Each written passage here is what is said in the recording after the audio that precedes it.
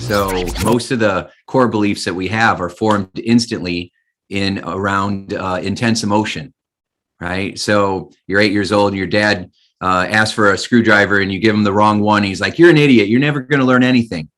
And that sense of disapproval from your father in that moment can lock in a belief in a heartbeat that I can't learn anything. I'm not good enough. I can't even get my dad to approve of me.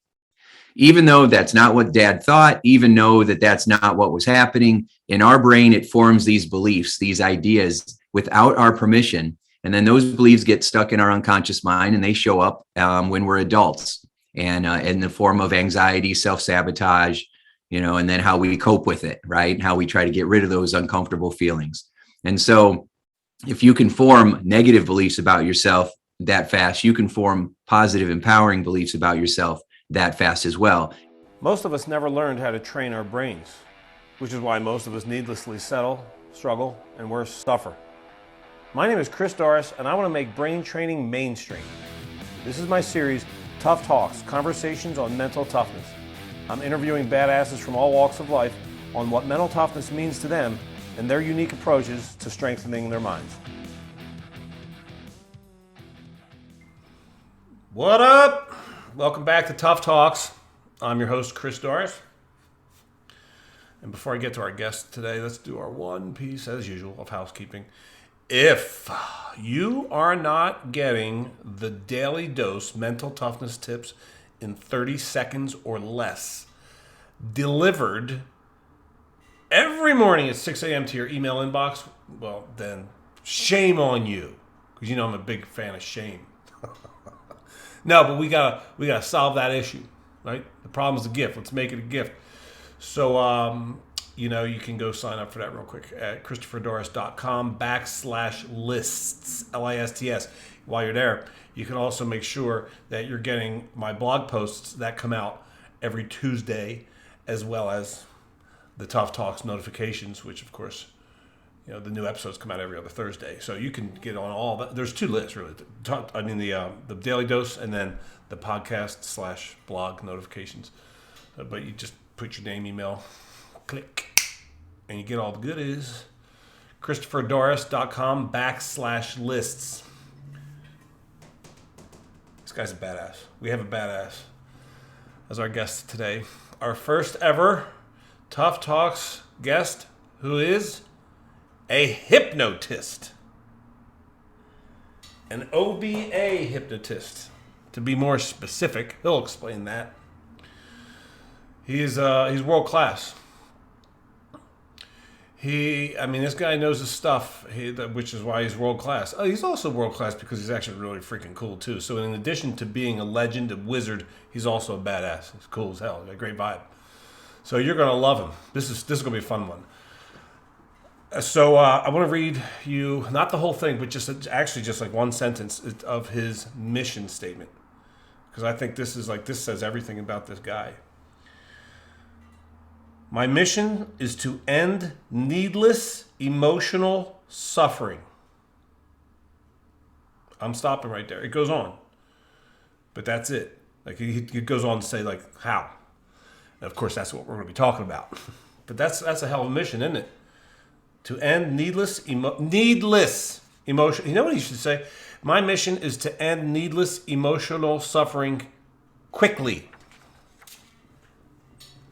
We're going to open that up. Let's go find him. He's waiting for us. Tim, where you at, man? There he is, the man, Tim Shurr. What's up? Hey, Chris. How are you, brother? I'm so good, man. I'm so damn good. I'm so happy to have you on as our Tough Talks guest today. I want to start by reading something that I think is really profound that you wrote. It's your mission statement. And I think it's pretty badass. So this is a good place to start. My mission is to end needless emotional suffering. I could stop there. In fact, you do stop there in certain places. I've seen this in different places. You have a phenomenal online presence, by the way. Thank you. Like really, really solid. It only takes about 30 years of working your tail off every single day. And then you too can have a wonderful presence. Yeah, that's awesome. Well, way to go. Way to stay with it, man. Staying with it. That's actually, joking aside, that's a hell of a great point, though. Stay with the craft, man.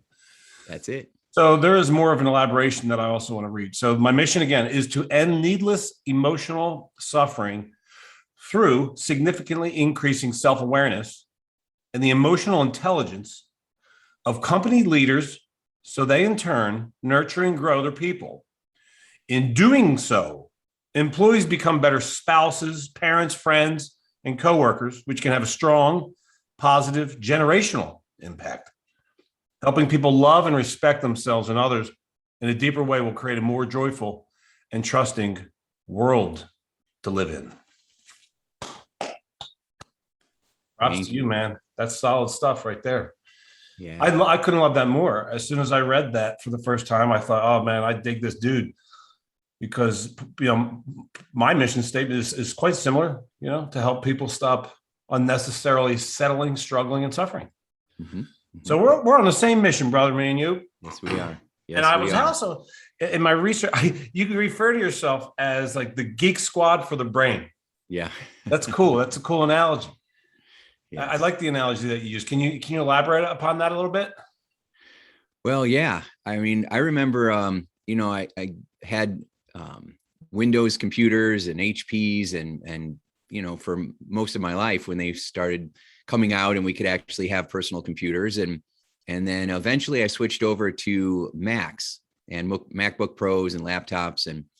And when I first got my Mac computer, I had no idea how to use it. And I heard how powerful it was. And I looked at it and it was very foreign to me. And I was very frustrated. Instead of feeling excited, I felt stuck because I wasn't sure how to get the most out of this amazing machine. And so I went to Best Buy and found a Geek Squad person and said, show me the shortcuts. How do I, maximize my time and my ability using this machine? And the guy started showing me all these shortcuts and wow, you can do this and you can do that. And I was amazed. Wow. But when I started working with human beings, it was the same kind of situation. I realized that people have extraordinary power inside of them, extraordinary resource inside of them, and no idea how to use it, how to tap into it, and how to make it work for them. And so that's what I decided to do. I was going to spend the next 27 years. It's been 27 years now. The next 27 years using every skill I had to teach people how to use the power of their mind to create their life by design. And it's been pretty extraordinary. And so now I'm here to show everybody what's possible. So you rely heavily.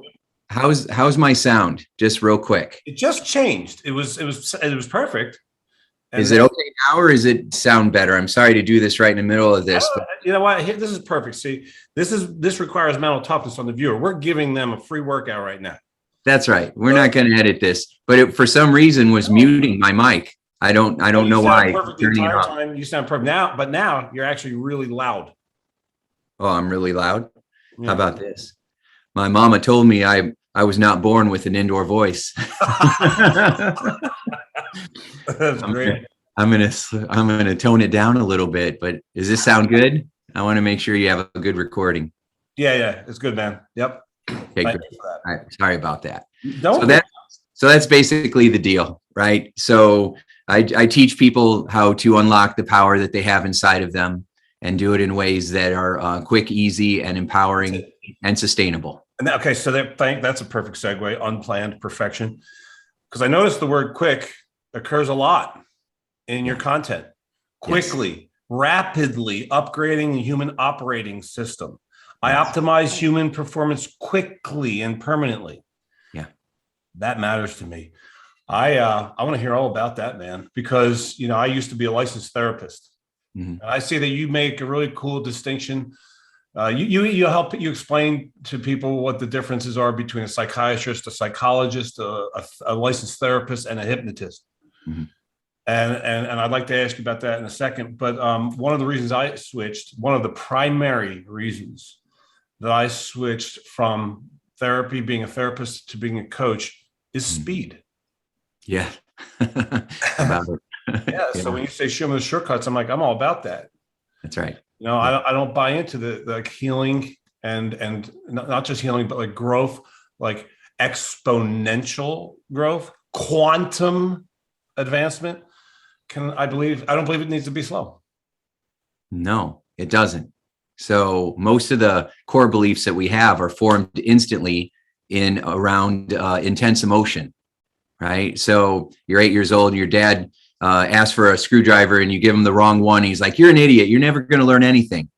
And that sense of disapproval from your father in that moment can lock in a belief in a heartbeat that I can't learn anything. I'm not good enough. I can't even get my dad to approve of me.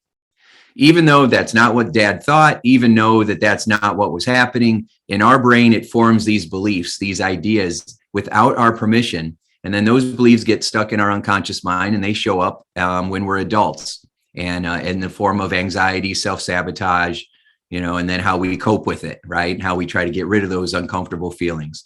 And so if you can form negative beliefs about yourself that fast, you can form positive, empowering beliefs about yourself that fast as well. You just got to know how. That's right. That is worth slowing down. Paradox is beautiful, right? Let's slow down that piece of speeding shit up, shall we? Okay. Right? No, that's huge, man. That's a huge paradox. That's a huge shift, right? It is. All right, because I think a lot of us are conditioned to believe that what you just said isn't the case. That's what we're taught. You got to be in therapy for 10 years. You got to talk about every bad thing that's ever happened to you. You got to dig up all that stuff from the past. And all it's ever done is re-traumatize people and cause more suffering. Yeah. And it's not the bad stuff that you've been through anyway. It's the beliefs that formed during those times that are influencing you. You got to upgrade the beliefs. What do you think those situations mean? And the beliefs, the most common ones are, I'm not good enough. I won't be loved. I'm not safe. You can't trust people. And when you walk around not feeling good enough, so now you're chasing approval all the time, or you hold yourself back because you don't really feel like you deserve to be happy or successful anyway, then it's going to completely sabotage your life. No matter what you tend to accomplish, it'll never feel like it's enough. Because you got a bug. Yeah. Right. Yeah.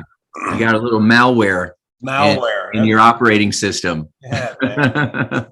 Little computer virus. Shortcuts are so good, man. I mean, it's not about, and the shortcut, like, I don't know if that's the right word because it might come with some connotation, some wrong interpretation, but like speed, man, like making excellence happen fast. That's cool.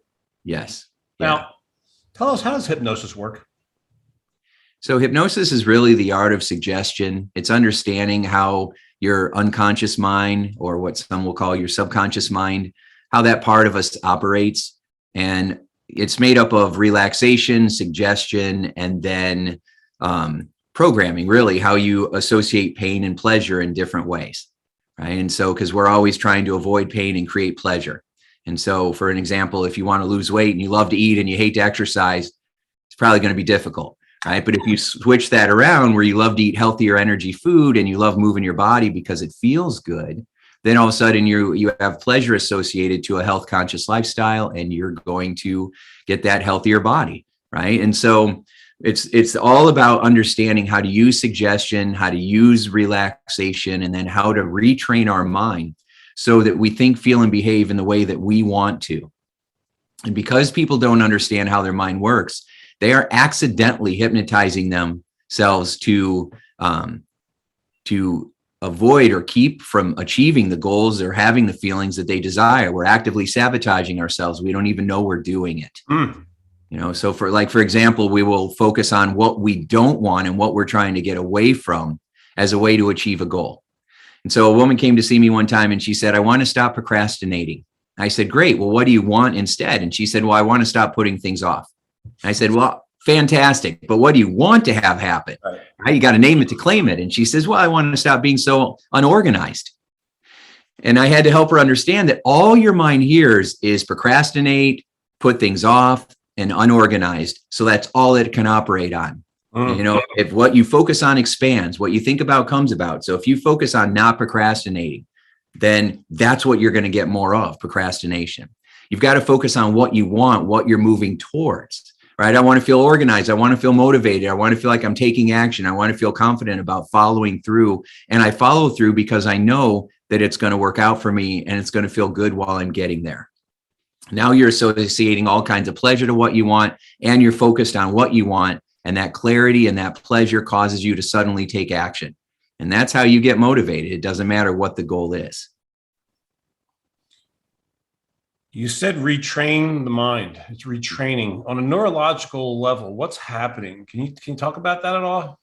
Yeah, you have all these brain cells, what we call neurons, that are floating around, a trillion of them in that brilliant mind of yours. And so what happens is a habit is kind of like where there's a path that gets carved into your brain, so to speak, this neural pathway that gets carved. It's just like a walking path that gets carved. And then that's what your brain does. And it becomes what we call a habit, right? And so when you are getting clear on what you want to have happen and you associate pleasure to it, and you have a set of beliefs that back it up, that this is possible, that you're worthy, and that you can do this, then you start thinking in a new way, you start acting in a new way, and your brain starts to form a new neural pathway, a new walking path, a new habit.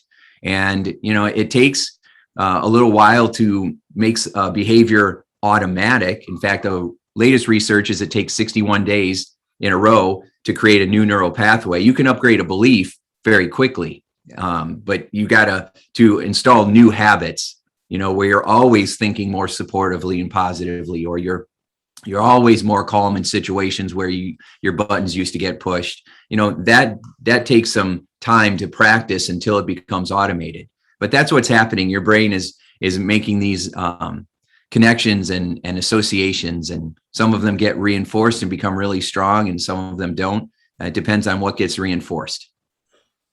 And there's only a million different follow-up questions I have now from that. I'll pick a couple. Okay. You familiar with Malcolm Gladwell? Yes. So he talks about 10,000 reps. Yeah. Do you buy that? Well, it's possible. I believe that the philosophy behind that is accurate, right? Because it also depends on, so he's just talking merely repetition. Right. It's not expertise. I think he's talking 10,000 reps to master something. It's not like he's that's the old idea of 10,000 hours of studying anything makes you the expert in it. 10,000 hours was the old adage that if you study any topic for 10,000 hours, you will be one of the world's top experts in it.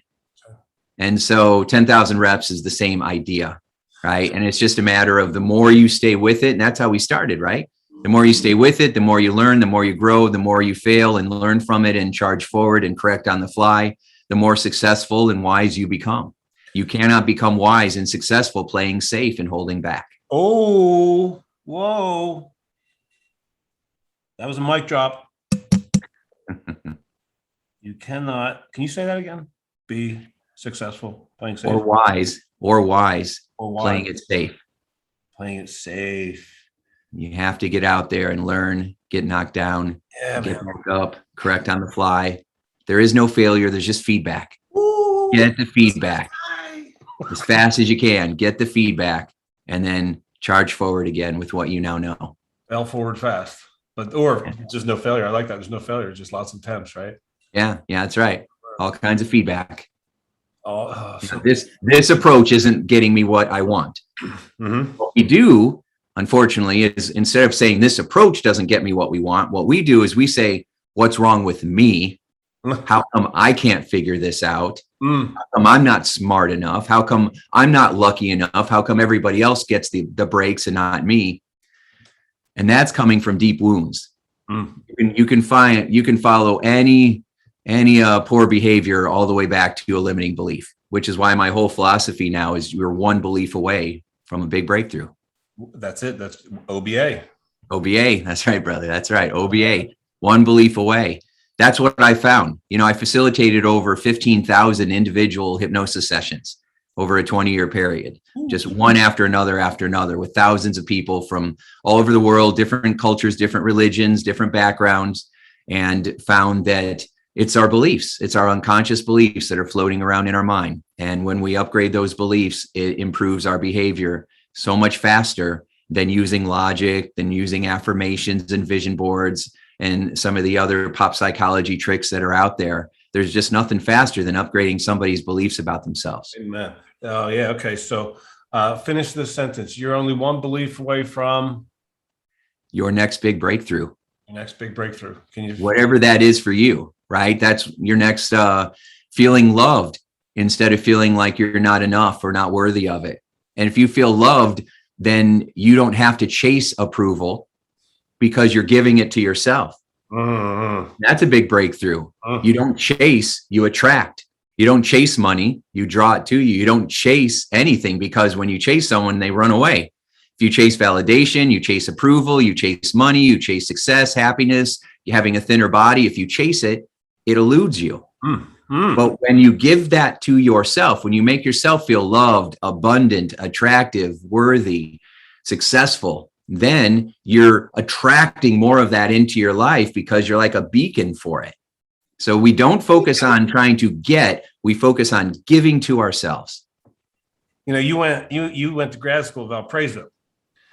I did. You know that they recently changed their mascot? No, I did not know that. I'm not sure if I know what the mascot was. I can't remember. It was a Crusader. Oh, you're right. Yeah, that's correct. Yeah. Now it is a beacon. Ha, interesting. Very interesting, isn't it? Yeah, there you go. There you go. How about that? That was a little Ericksonian right there. That was some deep, synchronicity there. Yeah. Right there. Where is you referenced 61 days now, the latest research. Where is that? Do you know what that research is from? Because there's been so many different theories on like how long does it take to have it? Yeah, I think that came from some cognitive scientists out of Stanford. But I cannot remember. It was a while ago when I read that study. Okay. But the other half of the statement that you made, though, you said the current research says it takes about 61 days for a new habit to be formed, but a new belief can be formed instantly. Yeah. And then I want to go. It takes me about 30 minutes to upgrade someone's belief. Okay, got it. Yeah, because I take them through this journey. I call it the awakening, this experience that sets the stage that really we go back to when that deepest core fear was formed. And then we give them new references, new information, a new perspective. And then we give that little girl or boy inside of us the love, the security, the self-acceptance, the protection, the encouragement, the understanding that if we would have had it at that moment, we wouldn't have formed that negative belief that then set up all these experiences. So we go back and we create that kind of healing and give ourselves what we need. And then in that moment, when we're feeling a sense of love, then we upgrade the belief. That's when the belief upgrades because you've set it up. You can't just go from I'm not worthy to I am worthy and believe it unless you have an emotional experience that was just as powerful as the one that set the belief in the first place. Woo!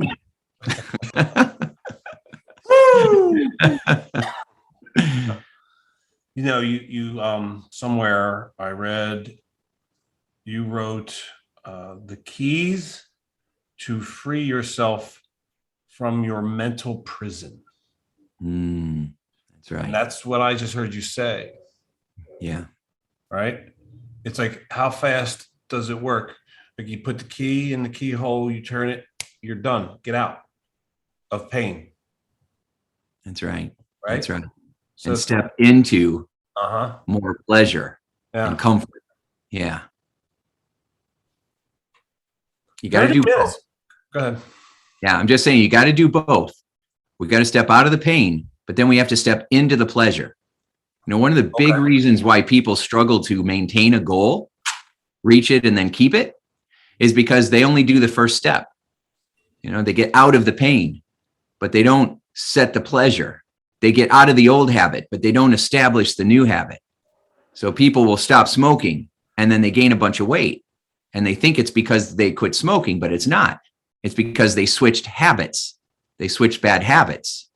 And so if I help someone stop smoking, which I've helped 1,000 people do that over the years, then I always say we've got two goals. We're going to break the old habit, and then we're going to install the new habit where you're learning how to use power breathing and you're drinking more water and you're eating healthier and you've got all these new relaxation techniques that you're going to use. And so that we are establishing a new way of dealing with stress and a new way of feeling at ease and secure, regardless of what's going on around us. I always say, Chris, it doesn't matter what shows up. What matters is how you show up. And that's what I mean by that. Love that. Yeah. I'm stealing that, Tim. You steal it. That's right. Oh, well, I can't now. It's not. Share it. Share it. Just get out there and share it. There's no stealing. We're all in this, helping each other out. And so, yeah, let's collaborate, share everything I have. That's why I'm here. I know that you care so much. You have a huge, your heart is as big as your brain, and you have a mission to get out there and help people as well in the same way that I do. And so we're partners in this. Amen to that, brother. Amen to that. Right. Yeah. All right. One of your books is entitled The Power of Optimism. How concisely can you answer this question? What actually is the power of optimism? Optimism is a practical way of finding solutions to any challenge because you're looking for them. Whoa, can you say that again? That's amazing. I'm not sure. Well, let me say that. That's good news. Yeah. But optimism is a way of, it's a strategy. It's a practical strategy, because people always say, "Oh, you optimist, you're not being practical. You're not being realistic, right? You're in denial about what's really going on." And I said, no, denial is focusing on the problems and not creating the space or the opportunity for you to find an effective solution because you're too busy complaining, right? So optimists are solution finders. Now, on the other side of that, we also have problem solvers. And a lot of times people call problem solvers pessimists, and that is false. Problem solvers, traditionally, the way that they're wired, they are going to find problems and tell you why your approach is not going to work. And that can really bother optimists at times. But they do that because they think about things a lot longer. Troubleshooters, they're much more analytical. They'll work on and think about it for hours, where optimists tend to be up and moving and more like the turtle instead of the rabbit. And so problem solvers will find the problems, and then they will focus on what can we do to solve that problem. And some people are really good at, when they're problem solving, at actually looking for ways to solve the problems. Other people, what happens when we call them a pessimist is they're finding reasons for why your ideas aren't going to work, but they don't offer any solutions for what will work. Yeah. Right. Yeah. And so, they're always telling you why that's not going to work and why you're full of yourself and why that's ridiculous. Yeah. But they're not a problem. They're not a part of the solution because they're not offering any advice on what the alternative could be. Why do you think that is? Like, how delete that? This is better. How does a person become a pessimist? It's how they're raised. Okay. It's the experiences that they have growing up. Okay, keep going. Well, I was just going to say, I always look for the belief behind it, right, Chris? So if someone feels like it's not going to work and things are never going to work out, what would they have to believe in order to feel that way? They have to believe that life's unfair. It doesn't matter what you do, you're going to get the raw end of the stick, probably because that's what happened to them. That, no one gives a crap about you anyway. And then they secretly don't give a crap about themselves. They want to, they just have no idea how. And so if they don't feel good inside themselves, they can't share that with anybody else. So it comes out, in ways that actually causes people to treat them the way that they had been treated when they were younger. And so now what happens, instead of feeling victimized, they act in ways that cause other people to mistreat them that way.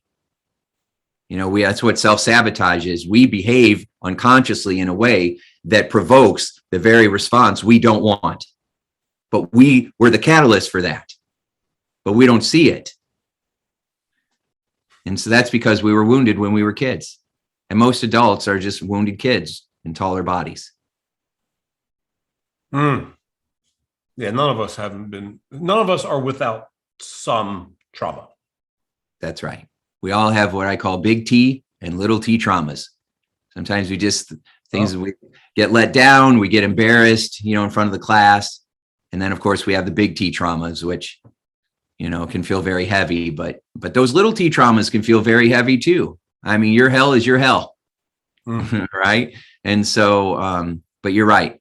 We all are going to have those experiences. Such a great term. One belief away. I love that. Yeah. That's really cool. Yeah. Thank you.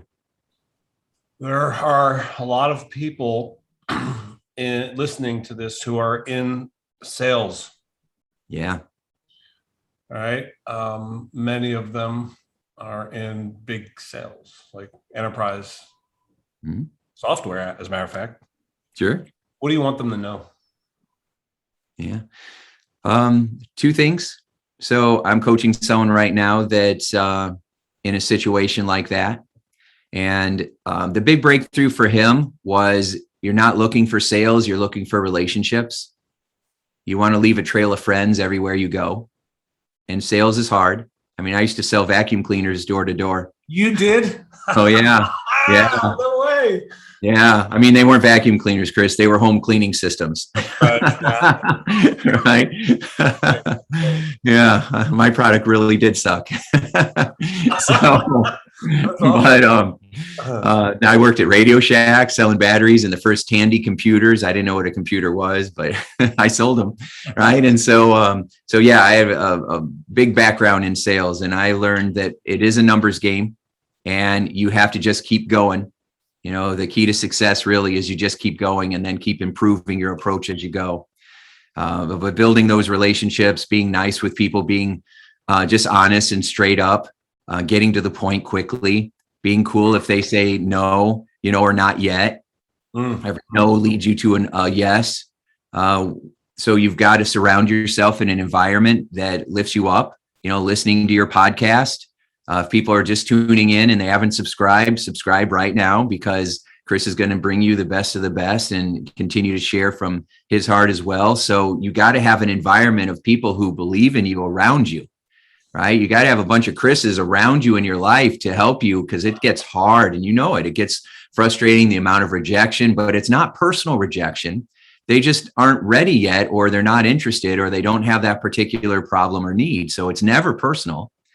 So, but we still want to go through our day filling ourselves with peace and love and joy so that we can then go and share it with everybody else. At the end of the day, you should be empty of all that love and kindness. And then you have a way of filling yourself back up. And then you do that every day. And then you build, wealth with your relationships, because people get to like you. They get to trust you. They refer and give you endorsements because of how you've treated them. Another really important key, because I've worked a lot with sales teams over the years, is that when things go wrong, when there's a mistake, something doesn't get delivered and the customer is angry, you get with them immediately, you apologize, and you figure out how to make it better. So many times, and it blows my mind, so many times when something bad happens, and it's going to happen occasionally, the salesperson blows off the customer because they feel bad, or they don't want them to be angry at them, or they don't want to get yelled at. And because they haven't connected with them immediately, that's why the customer goes off. And even if the customer is going off, it's not personal. They're just scared and freaked out right now because they're under so much pressure. Which, when situations go poorly, that you get in there right away, apologize, brainstorm, try to figure out what you can do to make it better. And just to let the customer know that you are on their side and that you're going to call them back. And even if you don't have an update, you call them back and say, I don't have an update yet, but I'm just letting you know I'm still on this. That's when you form the relationships. That's when you create the bond that doesn't get you a sale. It gets you sales, and you get the lifetime value of that customer because you built the relationship.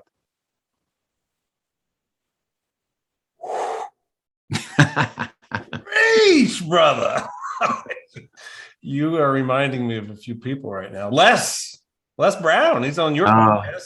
How good is that guy, huh? I do not love Les Brown. I know. He's great. He was just channeling a little Les Brown right there, man. I know.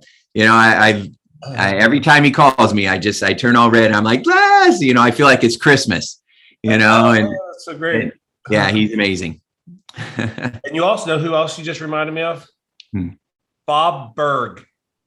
Oh yeah, that's right.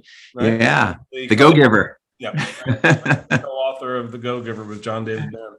Yes. I mean, everything you're saying reeks of that mentality, which is be humanness and service and love and value over profit. Yeah. Well, that's how you profit. Yeah. You know, it's really how you profit as you build, because people like to hang out with people they like. You know, after us hanging out together, if you ever called me for anything, and I get so many calls, you do too. I get so many calls, so much going on, but I see you pop up on my phone, I'm answering, right? We've built that relationship, and that's how it is, you know, for anything. And so we want to make sure that we are being brilliant in the basics. Oh, yeah. Yeah. One of I love mantras. I love all these mantras. Like you reminded me earlier of create the state, don't wait. Right. It's one of my favorite mantras. Create the state, don't wait. Oh, I love that. Yeah. And the other one one of my newer ones is do less better. Yeah. Right? Yeah. Yeah. So, hey, here's a question I wanted to ask you. I'm really intrigued by this. So I'm really studying what's really expensive to big businesses. And one of the most expensive things is, of course, is talent churn. Oh, yeah. Yeah. Turnover is hugely expensive. Yeah. Like ridiculously expensive. Like losing good talent is really costly. Oh, yeah. Yeah. I mean, people will get referral fees of up to $60,000 for a good executive. A referral fee, $60,000. You know, my dad had to work doubles every day to make that, in a year. As an electrician in the steel mill, and so yeah, it's big money, more than people realize. So help me with the connection. How can hypnosis actually help with employee retention? It's upgrading beliefs. Okay. Hypnosis is just the path to access the beliefs so that we can upgrade them. So when I've worked with these companies and helped them to make millions of dollars or double their employee satisfaction survey scores, which is how you keep people, right? And you turn off the bleeding of the churn. I'm upgrading beliefs, right? I'm upgrading beliefs, and then I'm working on communication skills. And but there's so much unconscious stuff that people are not aware of, like the assumptions that we make. You know, when there's silos and people are pointing fingers at each other, or a customer calls up and they're upset, and then all of a sudden you have the rep saying, "Oh, well, that's not my fault. That's finance or that's shipping. They always screw this up." I mean, when people do that and they don't have the back of the other person in the company, and they don't have that sense of collaboration or connection, then that's where all the people problems come from. And so many executives have been taught the old leadership approach, that you keep people at arm's length and you don't be friends with them because you lose your leverage over them. And that is the worst approach. How do you build friendships and relationships and get people to give you that engagement and discretionary effort and stay with you because they feel valued if you don't even feel like they're worthy of being a friend of yours, right? And so, that is old 20th century industrial leadership thinking. And the new generation, Generation Z, will not even tolerate that. It's not even a question of if it's going to be that way anymore, because people just aren't tolerating it. Millennials started breaking that, saying, "Hey, I would like to have a little more joy in my life instead of me feeling like I'm a slave to, whatever whims my supervisor has for me." And so then millennials were like, "I don't want to do that as much anymore." And then they raise kids who now are feeling like, the first question they ask the HR director is, "Well, what's your culture like?" Right? That was never a question before. Right. And so, so it's important to upgrade those beliefs, those unconscious assumptions, the unconscious biases that we have.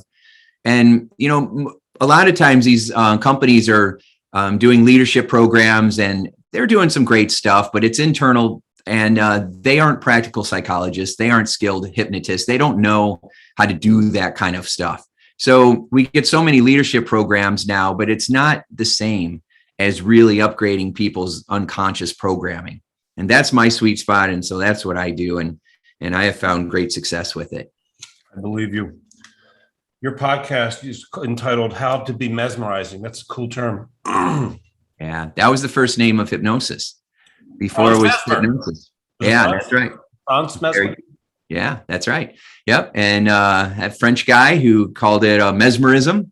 And so that's really what it was. And then the word hypnosis started to come about. It means to sleep, because people look like they're sleeping. And so So many of the stereotypes come from that.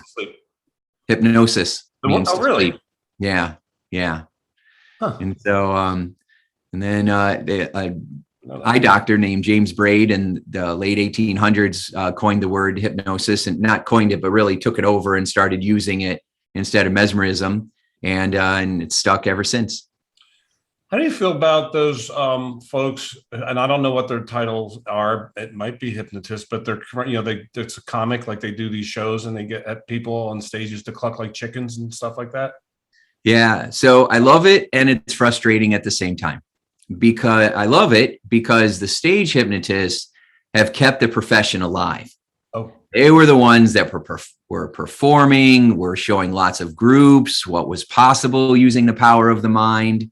A lot of stage hypnotists will also, after they do a show, will then say, hey, you can use this for weight loss, for confidence, to stop smoking, to, stop nail biting, and so they show people what's possible, but they grab their attention first. So in that way, it's great marketing. I mean, hypnosis has been on all the TV shows, which, stage hypnosis, which is why all the celebrities said, hey, maybe you could hypnotize me to stop smoking.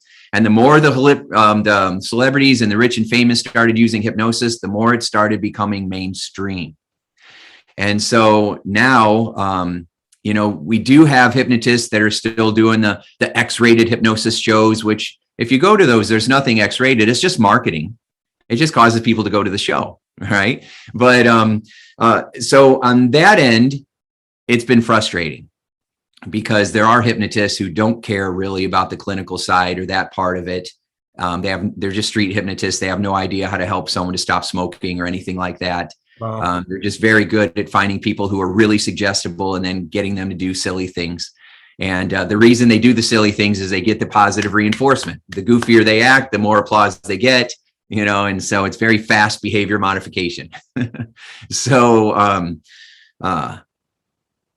that's the downside. The good side of it, I guess, as I already said, is that, it has kept the profession alive. And as a result, more people know about hypnosis. 10 years ago, people would say, does that really work? Now they just say, how much? How much does it cost? Yeah. I have a friend that did it and stopped smoking. I have someone that I know, everybody knows somebody that it worked for them. And so now it's really exciting. And that's why I decided to open my old hypnosis school again and start training the best hypnotists in the world. What is the name of the school? So it's the Hypnotism Academy of Indiana, because that's where I've been my whole life. Hoosier, that's right. And so, but it's called OBA Hypnotist Certification. One belief away hypnotist certification. And it really is. I train you like you're the special forces of hypnotherapy, the special forces of peak performance, because I've taken away all the extra stuff that you could go learn on your own and read books. I've been in hypnosis practices for 27 years. And then I also had friends that were hypnosis, ran very successful hypnosis practices in schools for another 10 years. And so I have all that experience. Plus I trained students for many years. And so I have so much experience, and I know this is what works consistently for almost everybody. And if you really master this, you don't need the sleight of mouth and all the other stuff that people love to sell courses on that you never use in an actual practice.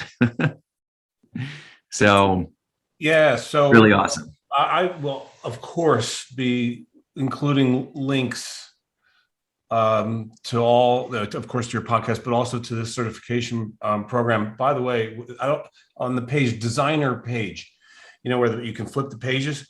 Yes. That's actually really, really cool, by the way. I just wanted to tell you that. Thank you. I appreciate that. To flip the pages, but it's amazing. I mean, it's technologically just cool. The content is incredible as well. Yeah. Thank you. Yeah, you're welcome. So best places to find you. Of course, your website is incredible. Tim Shurr, and it's spelled SHURR.com. Mm-hmm. You mentioned to me at some point you have a free program. Yes. What is that? Yeah, thanks for bringing that up. It's the power of your unconscious mind. Okay. And I basically just share stories from 30 years of experiences where you get to learn about how people who felt like their goals were impossible achieve them. right? Because I've watched people achieve the impossible goal and dream for decades right in front of me, right? People have lost, half their body weight, go from 300 to 140, or 130. People going from struggling in sales, to sell, wanting to sell six figures to one of my friends that I feel like my clients are my friends. So one of my friends, sold $24 million worth of product this year. And when we started a few years ago, he was struggling to sell 100 grand. Right. And so, that's extraordinary. I called him the multi-million dollar sales guy before he ever was. And now he is. And so I've got story after story. So I put some of my favorite ones into that audio program, and it's really fun. So if you go to powermindsetprogram.com. Hold on, let's slow that down. Did you say Power Mindset Program.com? Yeah. That'll take you to her. Well, I'm sure they'll go in there.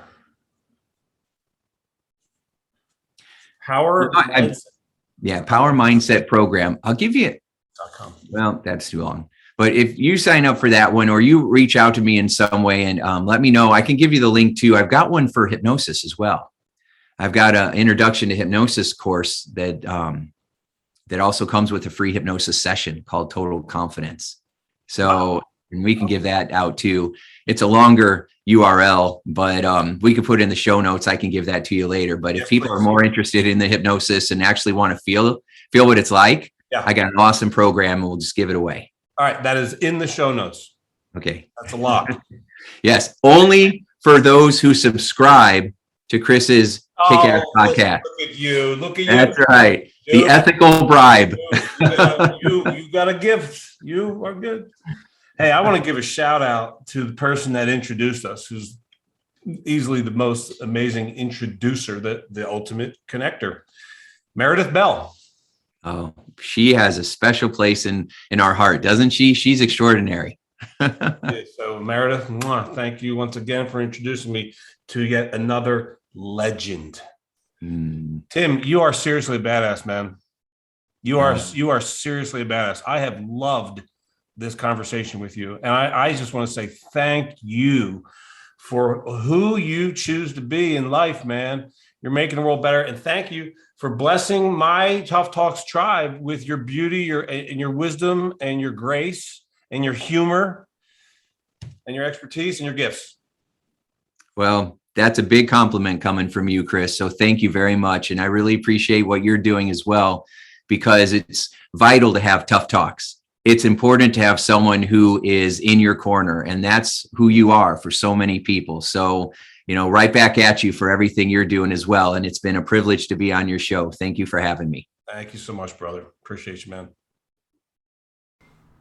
I couldn't keep up with that guy. Too many wisdom bomb drops, like carpet bombing. That was cool. He's cool. I dig that dude. I got a new friend. You cannot be successful or wise playing it safe. That might be the biggest, one of them, as there was a lot. But that's definitely one of the biggest takeaways for me. It reminded me. I wanted to say it. I didn't.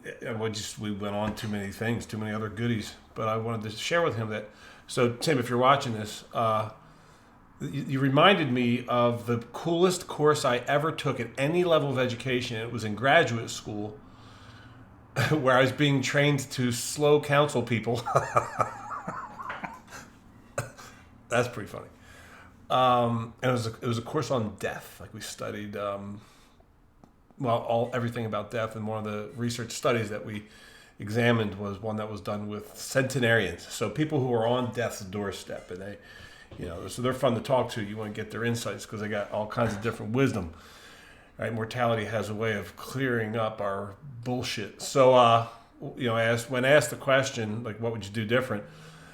These old people, so many of them said, I would take more risks. You cannot be successful or wise playing it safe. What is a habit? What's a habit? It's a walking path. Show me the shortcuts. You know what? I might have to make a shirt out of that. Bing. Thank you, Tim. Oh, we might need to get you one of those shirts. Yeah. Show me the money. Show me the shortcuts. I love that. That is going into the swag. How come most of us don't reach, or why do so many of us not reach our goals? And it's because we only do one of the two steps. Like we step out of the pain, but we don't step into the pleasure. Put another way, we stop one behavior or habit, right? But we don't install the new software. We don't install the new habit. I love that he refers to himself as, what was it said, the Geek Squad? The Geek Squad for the brain. Good stuff. All right, guys. Really appreciate you tuning in for another episode of Tough Talks. And as always, until next time, create miracles.